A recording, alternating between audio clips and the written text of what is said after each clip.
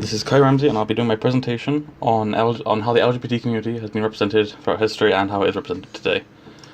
What I'll be covering in this presentation will be split into 4 parts: how they were represented in the past, how they are now represented, has it gotten any better, and of course closing it with my opinion on the matter. Of course, starting with the past. First, I'd like to clarify that in 1920, or from the 1920s to 1967, it was illegal for men to be in homosexual relationships with other men. It was not illegal for lesbians, however, since the Queen did not think lesbianism existed, but that is also a rumour. It may have also been because of a patriarchal society, which was mainly run by men, so of course they didn't want to see 2 men together.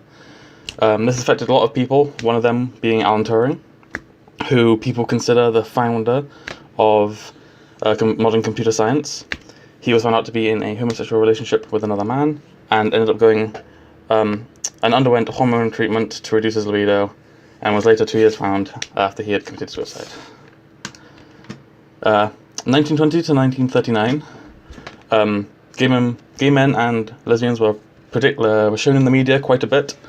However, they were either the flamboyant and feminine stereotype for a man and would often be related to the colour lavender, and lesbian women would often be very butch and muscly and wear men's clothes and have a man's hairstyle.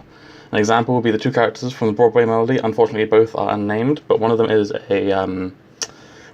the designer for the show, and the other being the sort of leader. She offends him by saying if he had decided to design a lot of the stuff, it would have been done in lavender. In 1933, the Legion of Decency was found under the Catholic Church. This was a sort of group that would monitor all media and would take out what they deemed inappropriate under the eyes of the Catholic Church. Along with homosexuality being illegal and the Legion of Decency, homosexual characters and characters of the LGBT were disappeared and written out of a lot of movies.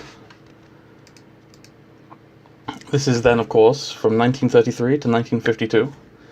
LGBT characters, like I said, were written out of stories. Examples would be The Children's Hour, which was eventually changed to these 3, since the Children's Hour was known as a lesbian screenplay, which also changed 2 teachers who had rumours of lesbianism to 2 women fighting over a man, and The Lost Weekend, which changed sexual confusion and stuff like that for writer's block. LGBT characters were also often shown as villains throughout this time, including in the movie Rope, where the 2 villains are 2 homosexual men who enjoy to suffocate other men, and in Dracula's Daughter, where the villain is a lesbian vampire. Then, in 1952, this is 1952, to 1967, the Supreme Court reversed its decision and gave movies free speech, which of course allowed movies to a lot more freedom of what they wanted to show. However, LGBT characters started to show up again, but this time they were often suicidal and would feel disgusted with themselves. Examples would be a movie called The Sergeant, where one of the male characters kisses another man and is later found after he's killed himself. And in The Children's Hour, which got a faithful adaptation, but instead of them being happy at the end, the woman was later found after killing herself after allegations of lesbianism were proven to be true. A good example of this would be a theory by W.E.B. Du Bois. This relates to his theory The Other, which explains that if you are someone who is different than the community around you, you will constantly feel like you're being looked at, and you will start to see yourself from their point of view rather than your own point of view. Then, of course, in 1967,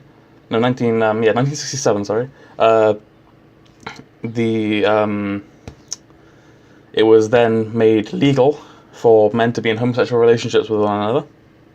And also in 1969, with the Stonewall riots, there was a riot due to police trying to raid the Stonewall Inn, which opened the public's eyes to many of the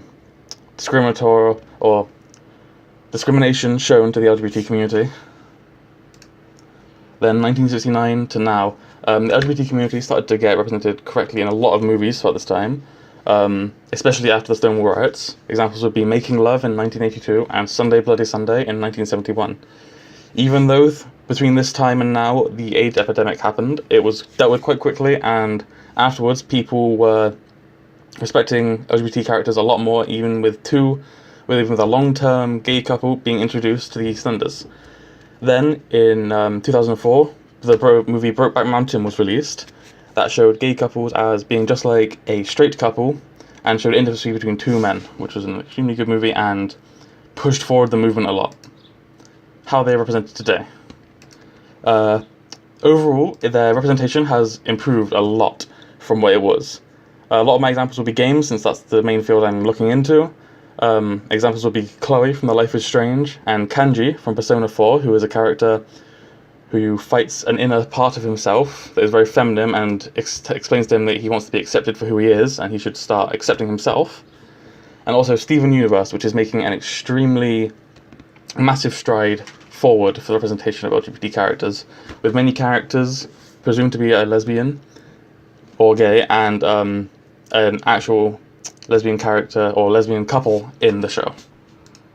However, it isn't all good. Unfortunately, though they represented it a lot, they're also getting censored. Examples would be, again, Steven Universe had a dance between Pearl and Rose Quartz, two characters. The dance was extremely intimate, however, in the UK, it was censored, since the two characters were seen as being too close.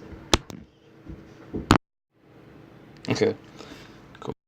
And also recently, with the character Tracer from Overwatch being revealed to be a lesbian, and the community having a massive backlash towards the reveal of that, she's a lesbian. Now, this is my opinion on the matter. I think that the representation of the LGBT community has gotten a lot better in recent years, and of course with a lot of other characters, or good characters, being shown in a lot of different media. However, I don't want the trait or being gay or lesbian or trans or bi to become a trait of a character, rather than making that character a good character and just saying that, oh, this character is the gay character. I want them to be well-written characters, and for it to be meaningful to the character, not just be some sort of way to get a bigger audience in on the game, movie, comic, whatever it may be. However, anyway, that's my conclusion. This has been my presentation.